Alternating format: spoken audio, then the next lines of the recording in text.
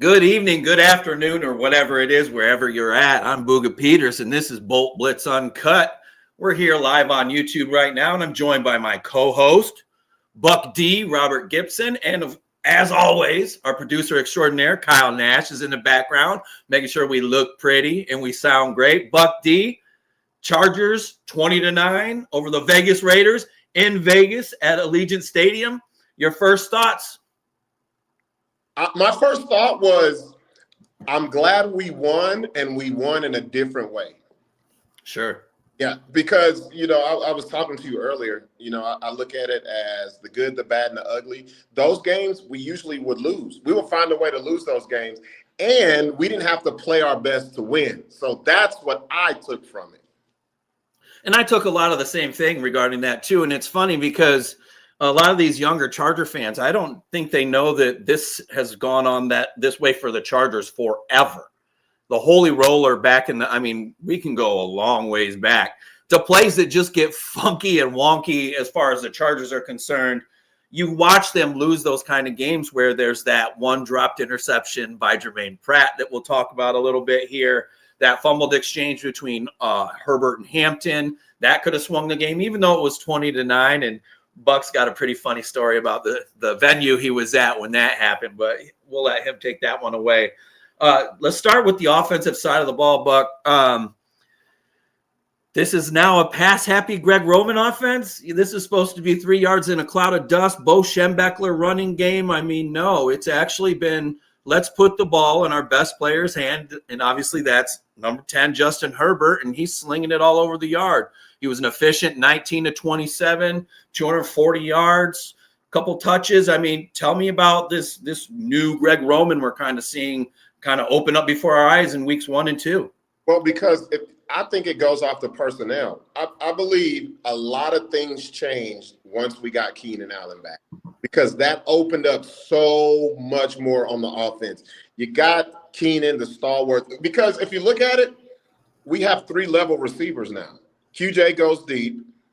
Then you have the middleman, which can be interchangeable with Ladd or Keenan. And then once you put them on both on one side, it's a wrap. So why not get that strength? And I love that he does it instead of just, hey, we got Hampton, we got Harris, we're gonna have the 3 tight ends, run it down your throat. But I love it, the misdirection, and like you said, giving our best player the ball to go win the game. Well, absolutely. And they're doing it from the get-go, which is what has really kind of not necessarily surprised me, but just the aggression of the offense to kind of lean on Herbert in the pass game from the beginning and throughout the entirety of the game. Yeah, of course, they still sprinkled in the run, and Hampton got his carries, and it was nice to see Harris use the way that he was. He obviously was involved a little bit more in the running game, and he kind of heated up a little bit there at times. It'll be interesting to see how they kind of develop into a 1-2 punch. Obviously, they have Hampton as the starter, but I expect after week 2, obviously the game against the Raiders, that Harris is going to continue to get a few more looks, perhaps even a few more carries. We were talking in the pre-show about how the Chargers still, they come out in that 13 personnel, 1 back and 3 tight ends, and they're still slinging it. I like to see that, and I think it is partially personnel based, and that obviously makes a lot of sense, because if you don't have all your horses up front that you need, or you feel that you need to run the ball as effectively as you'd like to, you are paying that guy, number 10, quite a bit of money to figure things out back there. Let's go ahead and put it on his shoulder or shoulders and see what he can do for us. Let's kind of hone in on Hampton a little bit here. It's only 2 games, so, heaven forbid we jump the gun and start getting all pissy about this guy. But let's just say that despite the fact that he was my favorite player in the entire draft, in that entire draft class, he looks to be struggling a little bit. And I'm not so much worried about that fumbled exchange between him and Herbert, but your thoughts on what you're seeing from Hampton so far, and do you think if the concerned fans should stay concerned, or if the fans that aren't concerned should get there? No, so I tell you what, if there's fans concerned about Hampton, just look at what Genty did last night. Just look at that. Okay, we could have had that as an alternative.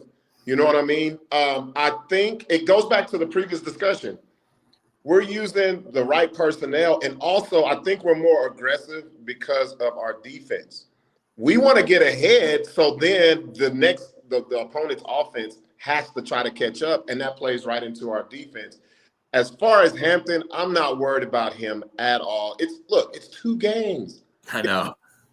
That's 2 games.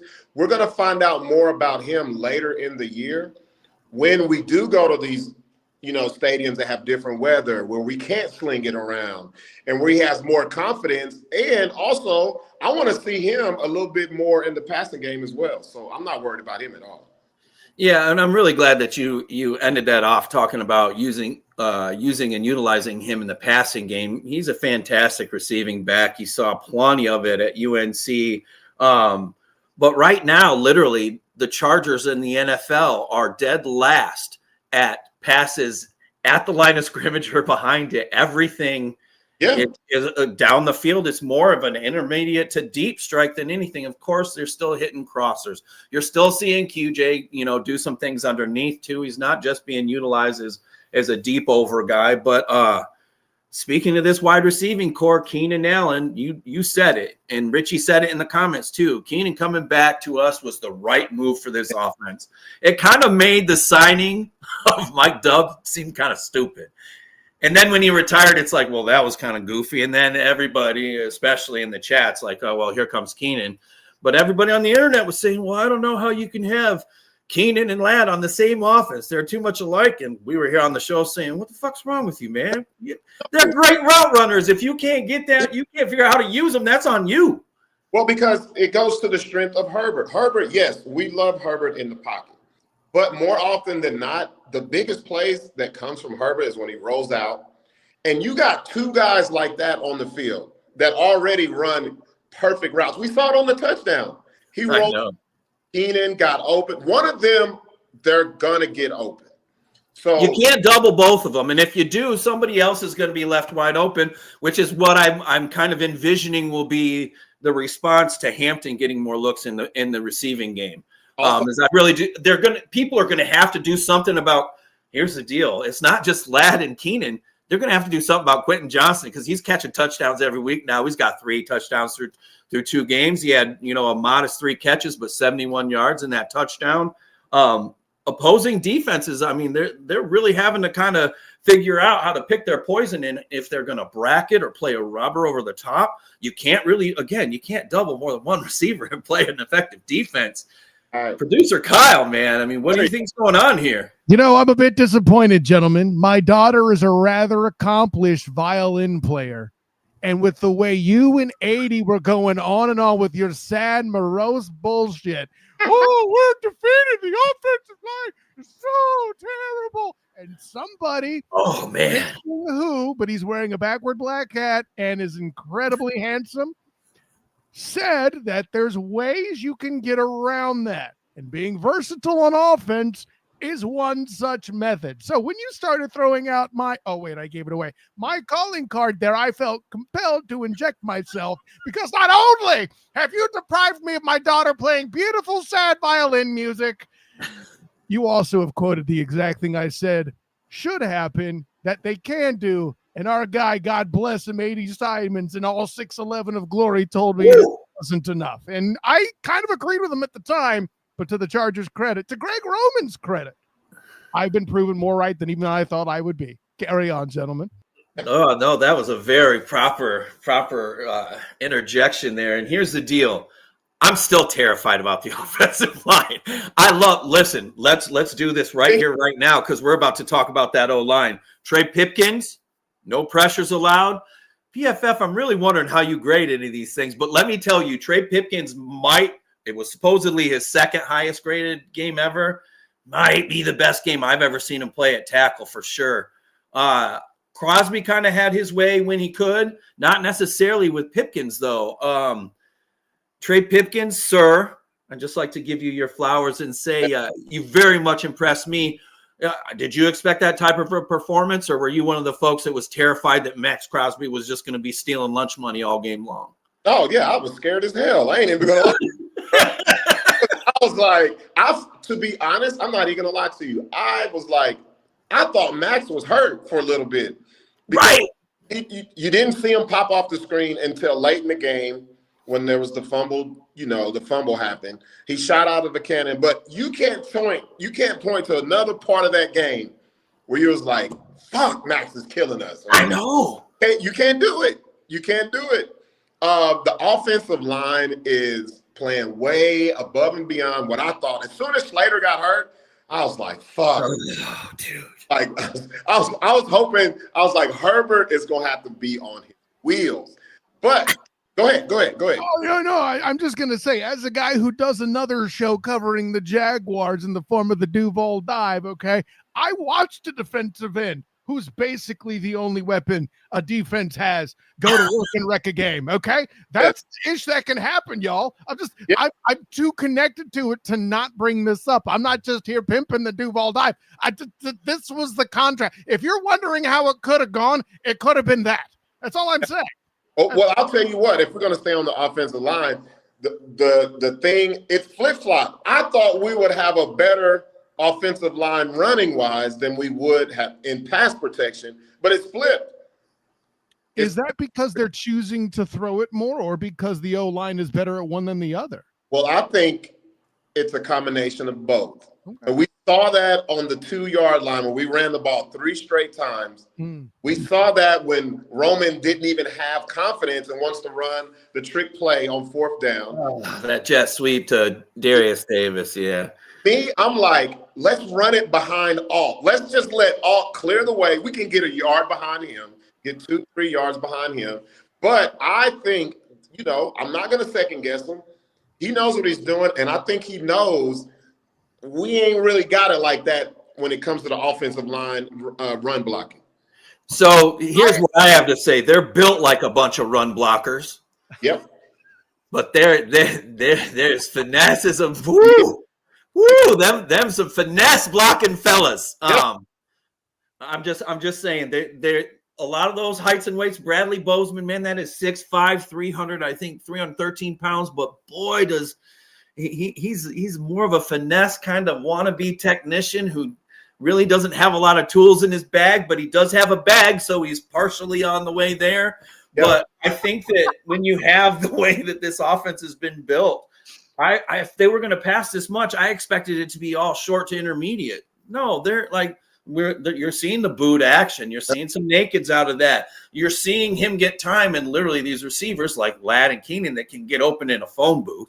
Mm-hmm. They've got all this time to get open, and it's because of guys like Pipkins. And oh, by the way, since we gave Pipkins his flowers, Joe Alt, is he probably the best offensive lineman in the NFL? Like, what the hell is that guy? We know he played left tackle in college. We all know that. But, he plays his rookie season at right tackle with the exception of one game, and that was late in the year just to see how it would go in case something happened to Rashawn Slater. Lo and behold, chargering happened, and Slater goes down after signing the richest offensive line contract in NFL history. But boy, that boy, Joe Alt, I didn't mean to say man, boy, that he is all man. Yeah. We watched what he did to Chris. Joe Alt going to delete somebody. That's what I do. Yeah, Joe Alt delete. That's one of the best nicknames too, by the way. Wish we would utilize him a little more in the run game. Let him go out and maul and mash, and let's go get it.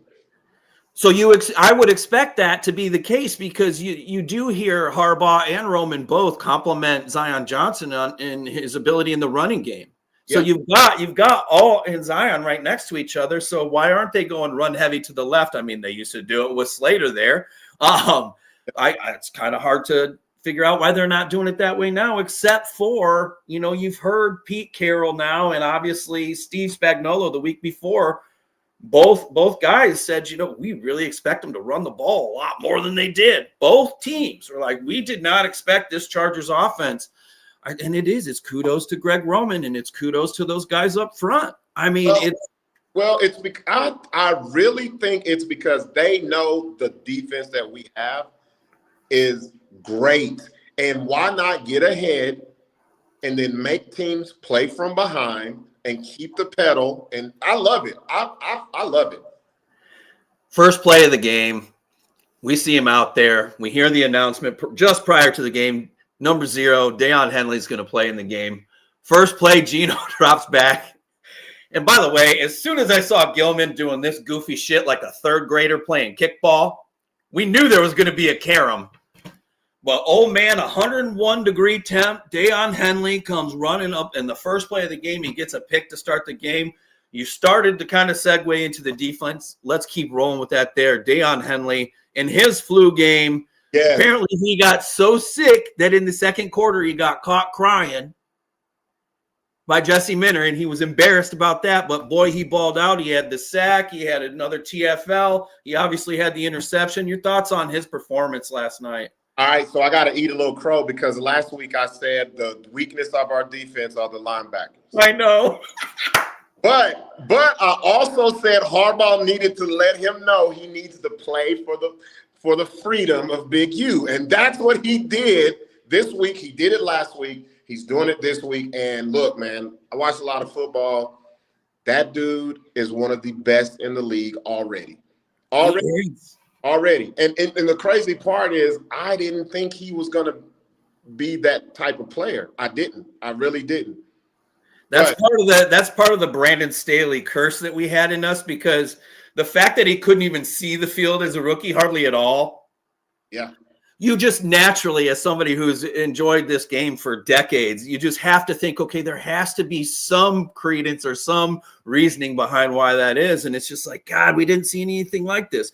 Former safety, a guy that if it's third down, he should be in the game, even if he's not starting in your base package. He should be, even as a rookie, but he couldn't see the field. Now, well, you know, a lot of this early preseason talk about, oh, this could be an all-pro year for Deion Henley.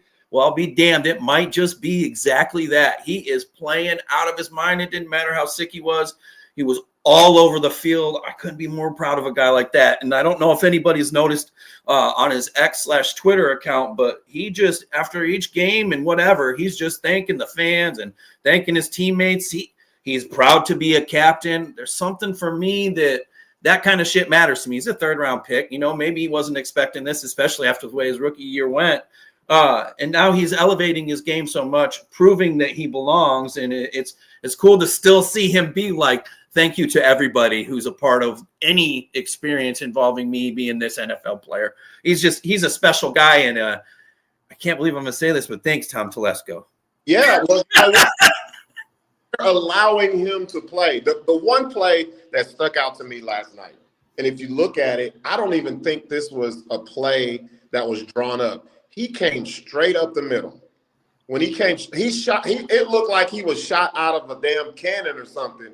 And he came straight, and he got the sack on Geno. And I'm like, I don't even think that was a part of it. I think he just read it, and if they're giving him that type of freedom. He was spy. I guarantee he was the spy on that play. He was a spy for Geno. Yep. And Deion said, no, fuck this shit, man. I know right what's going on. I'm not waiting any longer. I can close that gap before anybody can get open, and he didn't hesitate. And that's that. I'm so glad you brought that play up. Yeah. Because that was the play to me to where I was just like, you know what? And it's not that I don't buy into the hype. I hear what the internet says, but I'll watch a lot more games than some of these guys will. I need to see it a lot more times. But that was one of those really special plays where you saw, and it's just like, man, the lack of hesitation, just the innate ability to say, no, close now. Close the gap now. Trusted what he saw. You can see it. He just planted his foot. He trusted what he saw, and that was it. Boy, in that transition, too, you could tell he's a former DB. When he did plant that foot, and then he got out of that back pedal, he's just out. It's like you said, like a bullet, just shot right out of the gun. The rest of that defense, real quick, Henley had a phenomenal game, but I'd be remiss if I did not bring up 5th-round draft pick last year, and now in his sophomore campaign, Tarheeb Still. Let me tell you, I don't know if that dude knows he's a cornerback, because he's hitting cats like he's a strong safety. He was all over the field, pass breakups, big tackles. Yes. Well, your thoughts on Still last night, and man, how well did Ortiz do with that 5th-round pick? Oh, Still was balling, because the one thing that usually kills us is Yak. Yak usually kills us. There was zero. I'm talking about he was hitting Genty, he was hitting Bowers, he was hitting the receivers, and it was like, okay, you might catch the ball, but you're not going to get no extra yardage. You're going to think twice the second time you come across that zone. I guarantee it. There were a couple of times you could tell that a couple guys got alligator arms, and I was like, okay. And then it just lends itself to this Jesse Minter defense. We've talked about this in the offseason about the way that Minter triangulates his zones. And you saw that on that carom. Again, we were kind of picking on Gilman a little bit there, but it's literally set up that they're collapsing triangles basically, so that if a ball does get up in the air, because it can if you're playing in your proper positioning, because it takes all 11 in that defense to do it properly, but that's what's going to happen, and that's how Henley gets a pick to start the game. Jesse Minter, man, it's been great. I don't know who you're going to be the head coach of next year, but whatever you do. And he got to see this through. He's got to see this through. Man. Oh God, I hope so. But man, I'm telling you, I don't see his like experience of knowledge like taking a dip or like him leveling off. It was weird to me that he didn't get any play at all this offseason. Now, I know it was just 1 year as a defensive coordinator, at this level, but I was surprised he didn't get any calls. Maybe they watched that game against Houston and said, we don't want anything to do with anybody from over there. But Jesse Minter, all the flowers, all the kudos to you. Love the way you're chopping it up, Tar Heap still. The other guy, the other 5th round pick out of Notre Dame, Cam Hart. He's struggling a little bit. He had one great pass breakup and then was literally injured on that same play. Any concern about him moving forward, or is it the fact that the performance of Dante Jackson is so hot, we ain't got to worry about Hart? No, I don't. I have no issues with anyone in our secondary at all. And I love the fact that we kept the old man. We kept Jefferson. Unk. And I love the fact that we took advantage of the practice squad rule that came into play. Usually, that was just young people, whatever. I love the fact we let Jefferson get run. We have to let him get run because we've seen him make so many plays, even in the preseason and all that. Anybody on the secondary, you talk bad about him, I got a problem with you because, like I told you, our secondary to me is our strongest part of the defense. I like what Richie added to the comments too. He's like, I'm not concerned about Hart for now. And on the Tony Jefferson thing, man, listen, I've seen some people say this on a couple shows. Anytime the guy gets run, he makes plays. And now, listen, I understand it's been in the preseason for 2 games, and he's a preseason Hall of Famer. Cool. So what he's also doing in the regular season is pretty fucking impressive as well. All the flowers to Tony Jefferson. And what's awesome to me about that, I mean, this guy 2 years ago was a scout for the Ravens, like a scout in the scouting department. And now here he is with the Chargers logging significant minutes. The one guy who did give up a little yards after contact, by the way, everybody's boy from the #Alohi crew. Boy, Ashton Genty put Gilman right in the dirt, man. That one hurt my feelings. Yeah, you got to bring your lunch when you're trying to go head-to-head with that. Look, there's nothing. Look, either you can go for the ankles or you can get ran over. I'd rather go for he tried to get low with him, and it's Genty, who's 5'8", coming from, the depths of hell. And, man, did he get to that ground quick. It was one of those, he got there so quick, it looked like he just kind of absorbed into it. Hey, Genty's a load. Hey, Derwin James, he caught a little bit too. That spin, Derwin, you know somebody in that locker room at some point, or when they're watching tape, that play, he's going to get the ooh. Yeah, he got him. But like I said, our secondary from Derwin James on down, those boys are locked in, and I think it kind of coincides with the way that we're aggressive on offense. Once people get behind, they gotta go to our strength, which is the secondary. I believe it. Well, and it is. It definitely is. What was funny to me is it was kind of nice to see Minter get a little aggressive. He's not necessarily known for sending 5 or 6. You saw some of that. You saw a flood. I saw a flood. Well, are you kidding me? It was Gino. Gino can't move. I told y'all last week, all of that. Gino, if you get him flustered, it's a wrap. Gino, it was 4th down. He was throwing the ball away. Gino, once you hit him, it's done. So I love the fact that we were aggressive towards him. We had to be. And I'm supposed to be confident when he's being coached by the guy who was so bad about letting offensive linemen leave that Russell Carrington Wilson became a damn Bronco. Okay. I still don't get who thinks this pairing's a good idea. I don't understand. But speaking of mentioning fat men again, listen, as the guy in the room that's actually over 280 pounds, it used to be 300, but you know, eating better does things. That being said, I'm going to have my hand on the tart, so to speak. Y'all ain't making no fatties on defense yet. I just wanted to see what you thought of their performance in this game. Oh, I'm so glad you brought him up. Buck, you go first, and I'm going to piggyback off you. Well, because, okay, a lot of that pressure came from those boys right up the middle. The interior.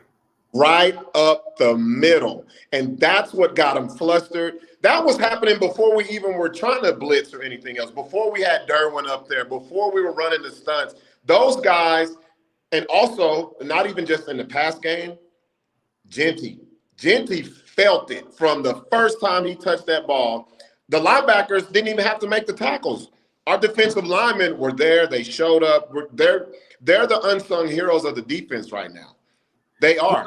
And so Thule's caught a little bit of shit from me over the last couple of years. And I have to say, even though he didn't fill up the box score with a bunch of sacks, the pressures and the amount of occupying of other blockers that allowed others to do their job, that he does so much of the dirty shit. Maybe he doesn't get enough credit, but I'll tell you, against the Raiders on Monday night, it was nice to see him step up the way that he did. And let's talk about the elephant in the room, if you will, or the elbow in the room that looked like an elephant trunk flexibility-wise, because Khalil Mack, the team's best pass rusher and arguably a top 5 player on the team, we saw what happened to his arm, Buck. He is, whatever's going on with that. There's been no announcement by the team, but it's safe to say he's not coming back anytime soon. Your thoughts on the loss of Mack, and what does this team need to do moving forward to replace a guy like that? Oh, man. So, I'm going to say he's going to be out for a while. There's been optimistic people saying, oh, it's the dislocated elbow. He could do the J.J. Watt thing and put the robo elbow on. And no. I'm not even going to speak like that. I'm going to look at it as if he's going to be out for a long time. Now, are we going to put our trust in Thule? Are we going to Bud Dupree? That's where I don't think do. We got to go ahead. We have to be aggressive. If he's going to sit out for a long time, if he's out, we have to go get a pass rusher. We got to go get one. Bud Dupree, I love the guy, but I love him as a leader in the locker room as more than someone making it happen on the field. We somebody. I meant to look this up before I got on today, but we have to go out. We have to go get a pass rusher. We have to. So, well, and as far as I'm concerned, you didn't miss a lot by not checking out who's on the market. Yeah. You're probably going to have to do something via trade. I mean, it's bad out there. What sucks is Jadeveon Clowney was literally just signed, I think, by the Cowboys, and he would have been literally perfect for what they do. But of course, that didn't come to fruition. Obviously, I'm horrible. I feel horrible for Khalil Mack. It's no secret that he could probably have gotten maybe a bigger deal somewhere else, but he really believes in this team. He believes in the opportunity to play under Harbaugh, and he believes in number 10. And to watch his arm get wrapped around that, woo!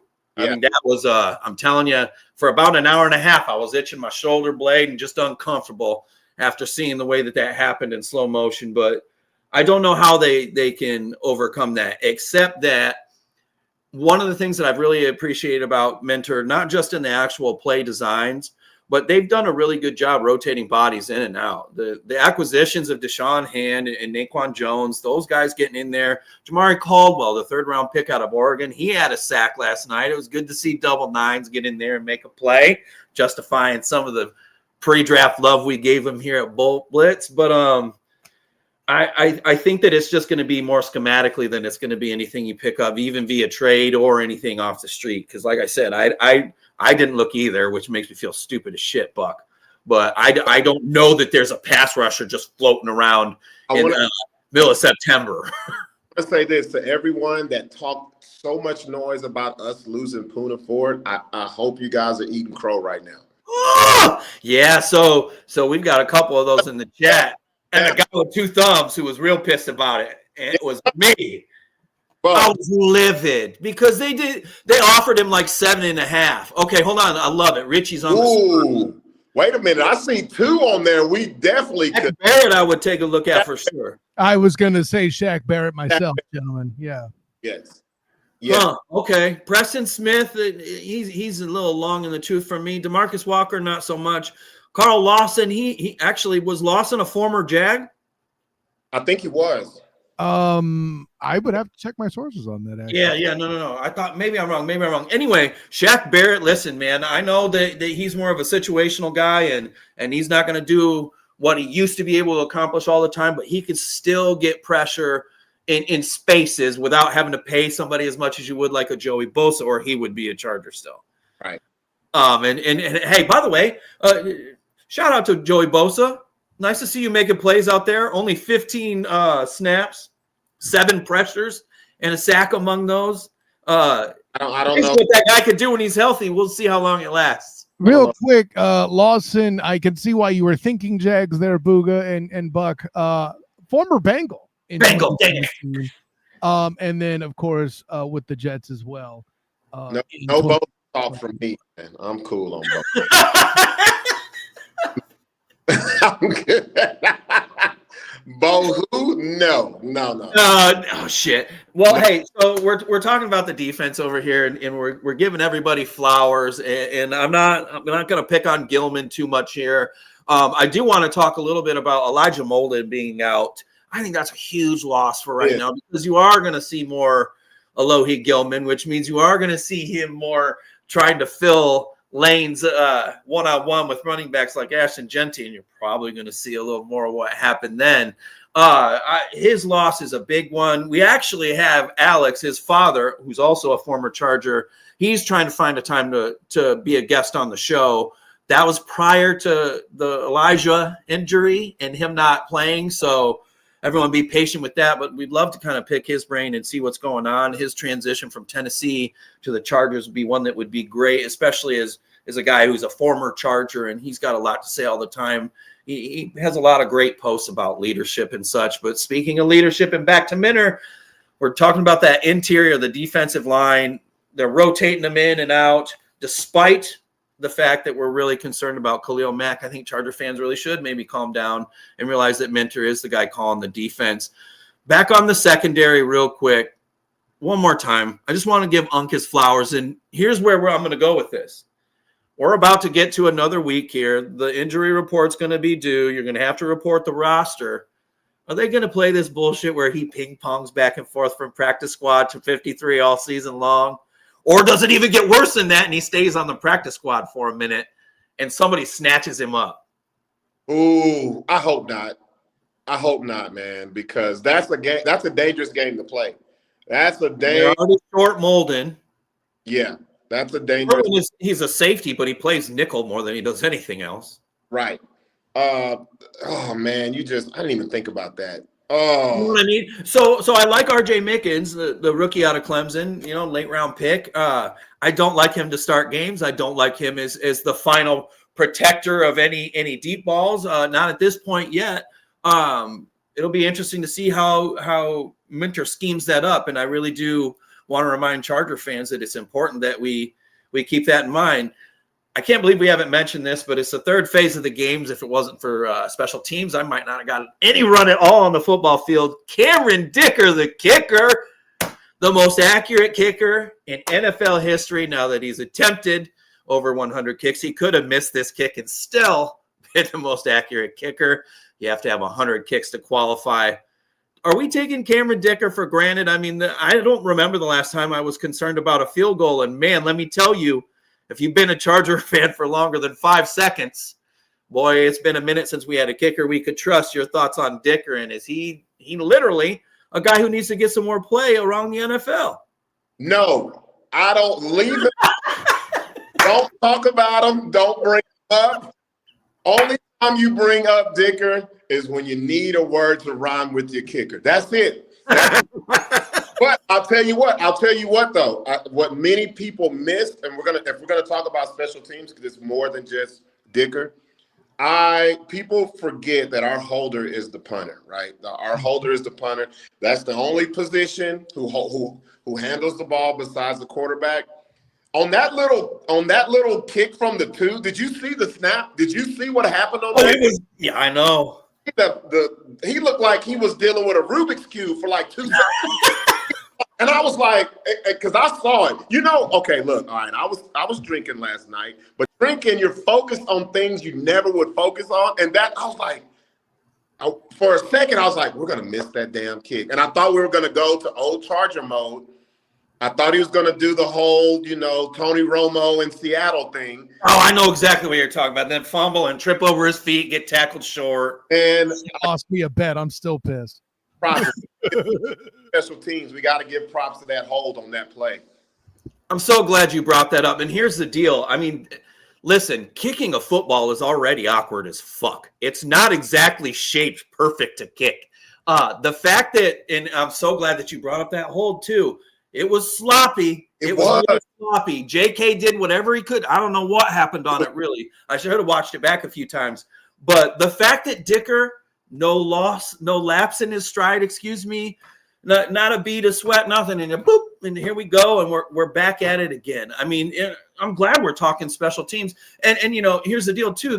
They lose their long snapper, Josh Harris, for a month. He's on IR with designated to return, but Rick Lovato they bring over, former Philadelphia Eagle, and he's been fine. It's been great to not lose too much there, but I actually love that you brought up J.K. Scott is not just a punter, but as a holder, that could have gotten a lot sloppier than it needed to be, but J.K. didn't stress either because he knew that he had Dicker back there, man.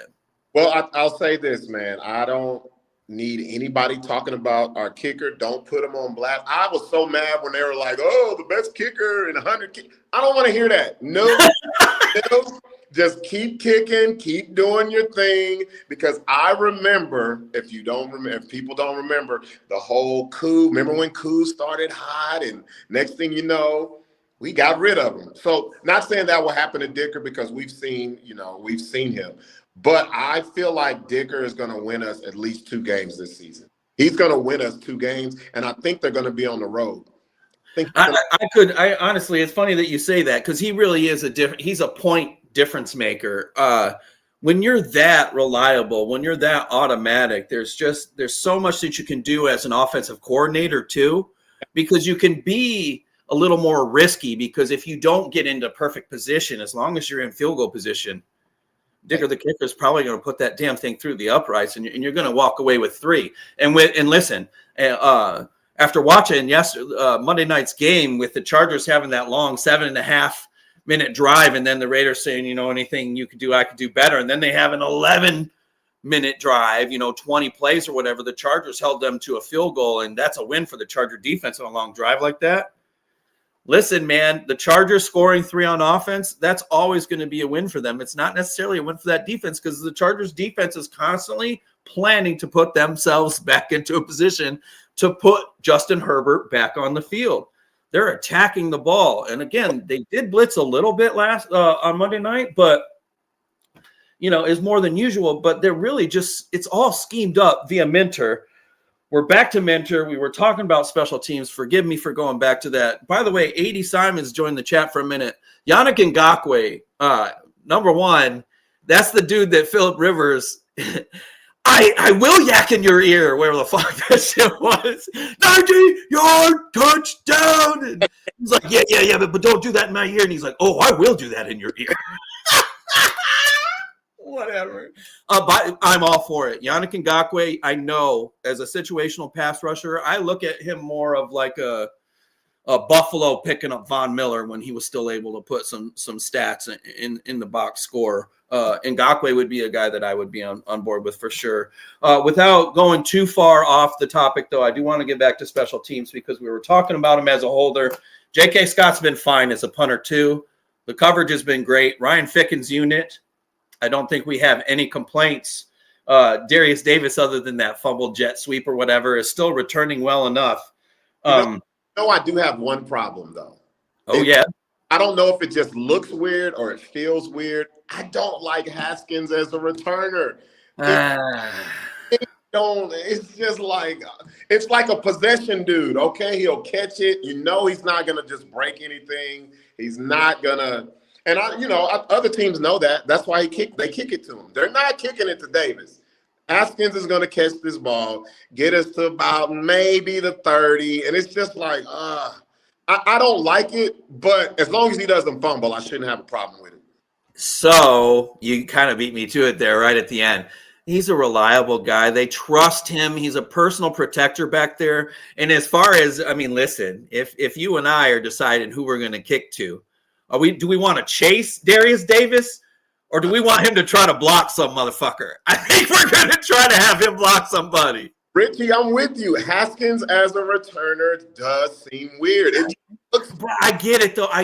Almost every old head coach has one of these guys. It's usually an older running back that they can do enough in pass pro, that they can do just enough in short yardage, maybe a hair of goal line, but they're just one of those special teams guys, and Haskins is a special teams guy. You know how this team holds special teams players in high regard. He's an old Michigan guy that's what it is. Harbaugh won't let go of, and he loves him so much. Yep. Golly, makes you think that they're going to give Najee Harris the ball 1,000 times, considering Jim Harbaugh attended Najee Harris's prom in high school trying to recruit him in college. Obviously, he missed out there, but he got him now with the Chargers. It was great to see him. Oh, James Allen. You know, we're going to kind of shift over here to the comments because we're getting a ton of them. James Allen's commenting, 10 looks different this season.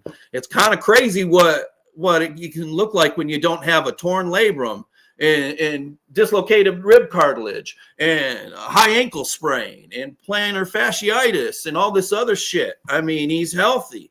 He can actually be utilized in the way that complements his game the best, similar to as he played at Oregon. Your thoughts on him looking different, because he does. Well, it's not just – I think he looks different because of what he's surrounded with. This is the most complete wide receiving core he's had. Okay, we've had Mike Will, we've had Keenan, but after that, what? You know what I mean? Well, and they were subbing in and out of who was going to be hurt, towards the end there. I mean, it got bad. Yeah, and now, we haven't even talked about the rookie. I love what Trey did last night. He messed up at the beginning, but after that, he made up.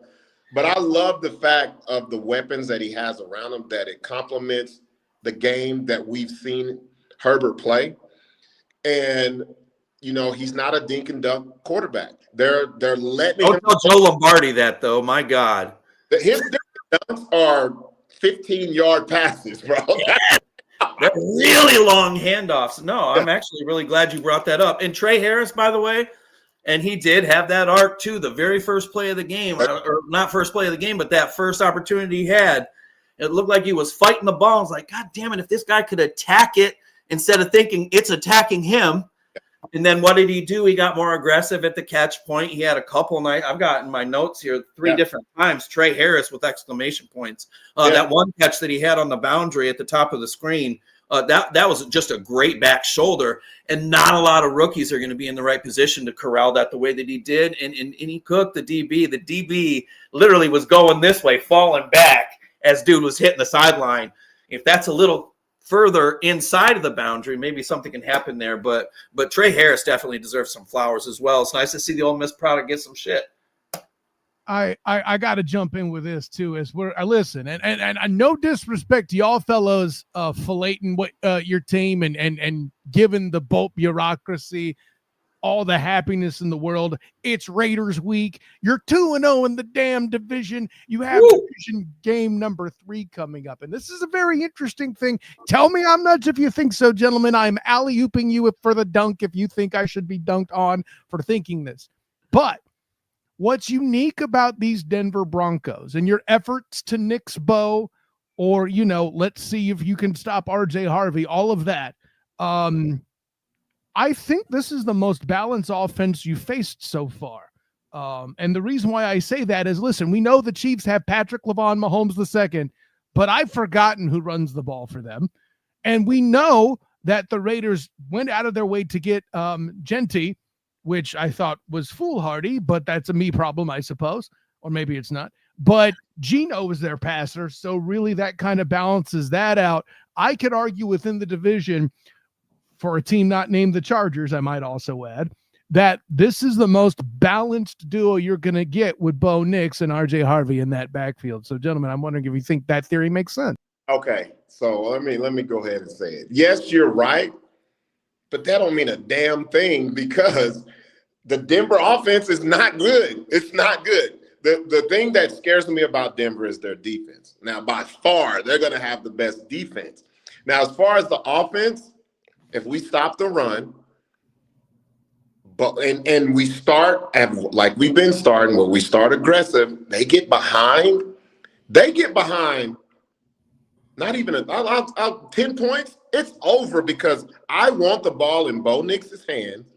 I want him to throw the ball, and I want him to go up against our secondary. So yes, I agree. This will be the most well-rounded offense, but by far it's not the best offense that we've seen so far. I have to say that. I like RJ Harvey as much as the next guy. We talked about him in the draft talks. I don't know how many times. He's a running back that could get something done. Audric Estime was a running back. We talked about the draft prior to that. Interesting to see what he could get done. Cortland Sutton at wide receiver. Sure, there is some balance, but Mo Picks, that guy playing quarterback, I'm not worried about him at all, man. Sorry. Have you watched them play? I've watched them play both. Last year they beat two teams that had quarterbacks with winning records. Like they and they, by the way, they got swept by the Chargers. By the way, the Broncos defense, I've been worried about it all offseason. And then they drafted Jahdae Barron out of Texas. That's a guy I really like. Undersized, but he is a football player. But you know who wasn't really too concerned about the Denver defense? Daniel Jones. Thank you. I'm just saying, Danny Dimes went out there and said, nom, nom, nom, nom, and ate all game long. Well, the thing that's going to help us, this is going to be our first official home game. Now, if we were going on the road to play Denver, I would be a little more skeptical because it's hard as hell to go there and play. Always. That environment always scares the shit out of me. But we're home. Bo Nix, I don't get the hype. I ain't going to lie. I don't get the hype. I've watched him. I've continued to watch him. He's all right, but he's not the player that I think everybody's trying to make him to be. Not yet. Not saying he won't get there, but their offense does. I don't see him, especially against our defense. I don't see them scoring mid-20s, 30s, nothing like that. I don't see it. So for me, actually, the offense scares me more than anything at a coaching level because Sean Payton's a fucking genius. So whether it's offense or defense, the guy understands both really, really well. So he's going to find ways to attack. But again, as many kudos as we've given him this show, the Chargers have Jesse Minter at defensive coordinator. I really think that they're still trying to figure out. Again, they're rotating 5 DBs and best DB plays wherever. It's not really a corner safety thing. They're still trying to figure out how they want to do their rotations. They're doing a phenomenal job of it. But as this season continues to wear on, they're going to continue to become more established and more comfortable in what they do. I am really glad that it's actually a home game, and I'm really glad you brought that up because I've gone to the Denver games, and I don't have a lot of good things to say about the Chargers' performances in Denver. They're not good in the press box, not good as a fan. I haven't been to a lot of Charger games. They've won in Denver, maybe one in my entire life, and I've been to at least a dozen. Two for me. That's it. 2. Really? Yeah. Well, and I mean, you're right out there. So sure, I would imagine you probably did. We used to go out to Denver all the time. It was convenient for me and one of my exes. But the Minter defense is what I think is going to cancel out anything that offense does. Bo Nix, listen, I'm not trying to say he's this horrible quarterback, but I don't get the hype, and I really think that the hype behind him is more just Bronco fan driven than anything else. He got hot towards the end of last year, but I mean, the teams that they were beating in the games that he was putting up numbers in, not overly impressive, literally at all. We'll see how this season plays out for them, but really glad it's a home game. The fact that the Chargers are literally going to have 3 straight AFC West games, and if they can go 3-0, I'm telling you, with 3 straight Yeah. AFC West division wins. Robert, how big is that for the team? And listen, you see it come out on the schedule. It's like, well, shit, thanks a lot for that. But we're on the home stretch of that. You finish this, you get a win over the Broncos. I mean, that's huge, right? It's really big because you always want to start strong. And then it's an extra incentive that, they're scheduling these rivalry games, these games within each other's divisions off the bat, because we always know, hey, if you start strong and you end strong, you're going to be good for the playoffs. Yeah. But it's like when you win one division game this early, it really counts as 2. It really does. Sure. I know exactly what you mean by that. Well, and there's a lot of impetus too when you look at the way that, or at the fact that the Chiefs are 0-2. Did not have that shit on my bingo card. Now, I really did feel strongly about a Chargers upset in week 1, but I figured that an Andy Reid coach team, because let me tell you, I don't know what the exact stat is, but Andy Reid after a loss, I mean, it's like an 85% winner. Do you know what I'm saying? Like his winning percentage after a loss is ridiculous. So obviously that's the Super Bowl, the defending Super Bowl champions in the Eagles. But the fact that they're 0-2, it takes them having within the next 2 or 3 games just one real bad stinker, and shit in Kansas City is going to be looking quite a bit different than it has. Look, I know we're supposed to be talking about our squad, but we always got the one eye on Kansas City, right? Why would? Yeah, they're the best team in the AFC until they're not. I'm calling it now. After week 4, they're going to be 1-3, man, because they got to play the Ravens. People ain't looking. They do have the Ravens. You're right. I just saw that before we went live. They have to play the Ravens. And the way they're looking, that game's going to be ugly. And so if we just do take care of our business, which I think we will, things are going to look so much better for us after September. After September, once we get out of September and we're going to look back on it and see the things that we've done compared to other people in our division, we're straight. And we're just going to keep building. Figure out this pass rush dilemma. Yes. Find a way to stay healthy. As much as the pass game is clicking, yes.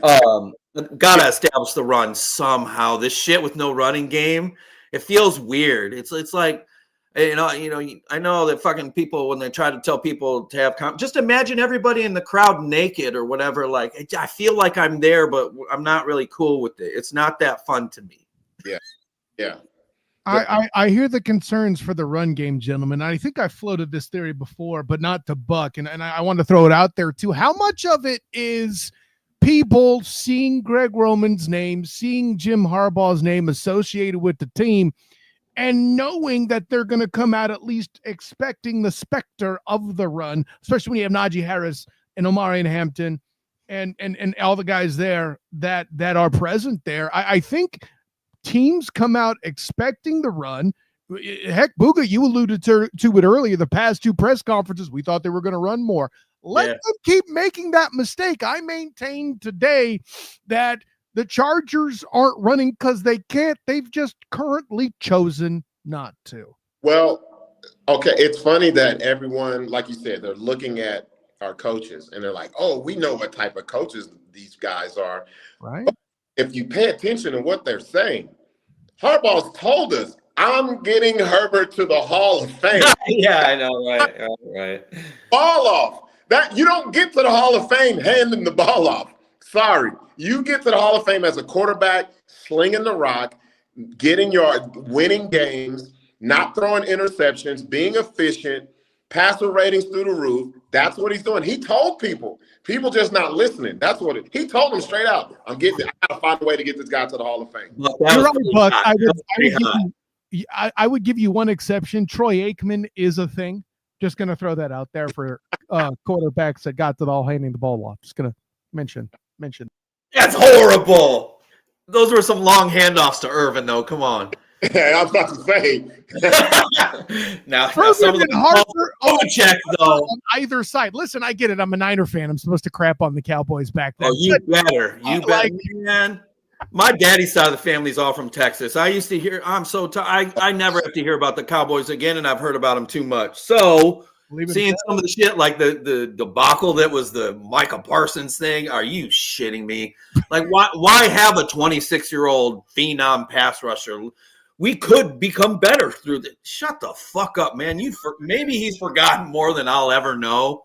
But boy, he should maybe hand those reins over to a football guy to do the GM shit there, because it's kind of nutty, man. I'll bring the full circle back to the Chargers. You know, there was a team who thought, hey, we could get better by getting rid of our elite pass rusher. And though he jumped around the league a bit before he got there, Buck knows where I'm going. Yeah. Khalil Mack was sacrificed by the Bears with the alleged goal of getting better. So I'll leave it at that. Yep. Yep. Man, well, again, and I love that you had to bring up Khalil Mack again so I can end the show with tears in my eyes. But they got to figure out what to do to replace Mack. Guys, you've been listening to Bull Blitz Uncut on YouTube. We really appreciate y'all checking in with us, kind of absorbing what we have to share with you. Buck and I are just getting started. Kyle is obviously tuning this machine up as hot and as finely as he can.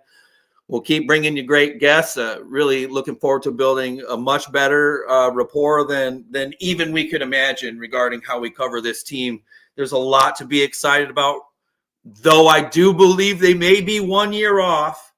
It's nice to see the Charger fans kind of sit back. I don't know about you. I tried to slip into old Charger fandom during that game on Monday night, but I kept drawing myself out of it because the play on the field just exemplified a different product than I'm used to seeing.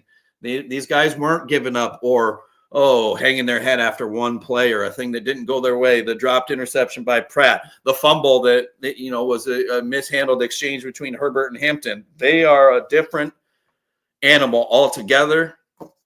This is a special Chargers team. Buck, anything you want to say on the way out? Hey, remind everybody where they can find all your stuff too. And do you have any comedy specials coming up? Yeah, so you can go to my website, robertbuckdgibson with a P.com.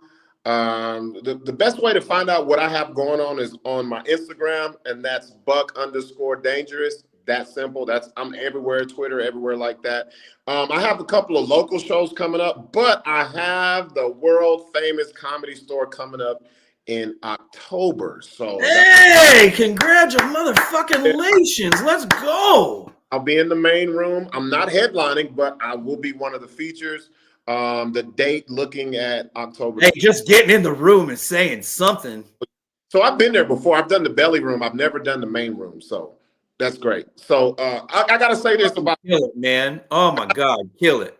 I got to say this about the Chargers. And I'm glad you said about, they're like, oh, man, we're going to start charging. Here's the thing. We are 2-0, and we haven't even played nearly the best game we could play. We haven't even played a complete game yet. We haven't had where the offense and the defense was clicking. So I love it because we won. Last night was an ugly game. To be honest with you, that was an ugly game. We usually lose those games. I love the fact that our defense is continuing what we had last year, which is not allowing people to score points. The offense is better. So I'm looking forward to it. I'm with you. We're a year off, but I really see a deep run, though. I see a deep run, and I don't care. Oh, it's only 2 weeks in. I don't give a damn. I know what I see, and we have not seen this before with this squad. So that's what I'm saying. It feels different. Yeah. It looks different. And even after they hired Jim Harbaugh, you just see everything he's done, no matter where it is. University of San Diego takes over a loser, becomes a winner. Stanford, loser to a winner. San Francisco, loser to winner, loser in the Super Bowl, but they went to the Super Bowl. And now he's here, and it's just like, number one, I think that this season we're not talking enough about the fact that Tom Telesco and Brandon Staley left this fucking organization in shambles. Yeah. The shit that Ortiz and Harbaugh have had to clean out, I mean, it's absolutely insane. And this is just the beginning. Imagine if Slater hadn't gotten hurt. Imagine if, there were certain things that they could have done a little bit differently. We'll have to see, but I'm just going to say this. Hang on to your hats. Enjoy the year. If this isn't the year that they make a deep run, I do feel confident, even 2 weeks in, suck all sides of it, saying they're going to win at least one playoff game this year. I feel and you know why they're going to win that playoff game? Just to fucking piss all you haters off, is they're going to win on the back of 10. Herbert's going to finally have a great playoff game after putting together another great regular season. I love how, by the way, and then we'll get the fuck off the air. I love how everybody sees 17 games of Justin Herbert where he only throws 3 interceptions. But he has a playoff game against the Texans where the pressure was insane. 2 of those picks are on the receivers, by the way, of the 4 that he threw. But I love how, like, that's the only game that matters. I know it's the most important out of them, but why do we have to forget the other 17? Well, not even just those 17, his whole damn career. Like, this whole damn career, there's a lot of people who really have not seen Herbert do the things that we've seen every week. So, you know, like you said, it's different now. I love the personnel we have around them. And I love the coaching staff saying, this is your squad. Go win this shit. And we've talked about it all show long. The addition of the weapons around him, he truly has more weapons than he's had in a long time. A variation of weapons too, with some speed, which is nice. When you have a howitzer cannon of an arm, you need to have that 4.37 Keandre Lambert-Smith, that 4.3 Ladd McConkey. You've got to have these burners. You've got that. And I want to end the show saying this. James brought it up earlier. We touched on it quite a bit, but it is a little bit of a different Justin Herbert. He does look different. And I think that he needed somebody to believe in him even more than his own parents believed in him. And yeah. I'll be damned if Jim Harbaugh truly doesn't believe in Justin Herbert more than anybody in this world. You touched on it, Robert. Yeah. He can't talk about it enough. We've got to raise our level of play to 10. He's a Hall of Famer. Yeah. The frustration when he would drop one of those Justin Herbert passes in the pregame. I mean, it's everything. It's all this shit. 10 does look different, and maybe that is why it's going to be a different season.